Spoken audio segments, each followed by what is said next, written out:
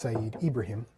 He says, the U.S. has announced almost $1 billion in aid to Somalia, despite rampant corruption and deteriorating security.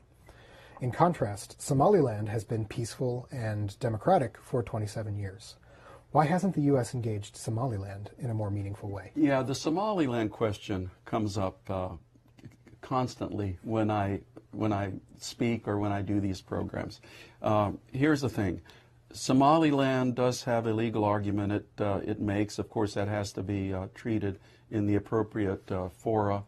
And the United States, normally when it comes to recognizing states in Africa, will consult with the African Union.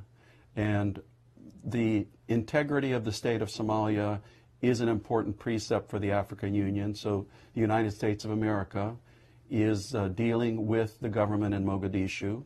We are doing our best to strengthen that government, both in its economic development, but also in the security environment.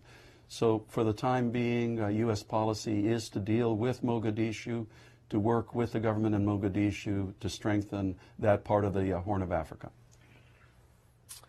Question now on the topic of counterterrorism, applicable, I think, to many places on the continent. Question comes from, again, from Agence Cameroun Presse, and they ask, which topics can, according to you, can be put on the table to convince terrorists to give up their weapons and return to their better selves? Well, that is a phenomenal question. It's an extremely complex question, and we can talk about that for days. But I'll give it my best shot to do it as quickly as possible. Terrorism, as we know, has many causes.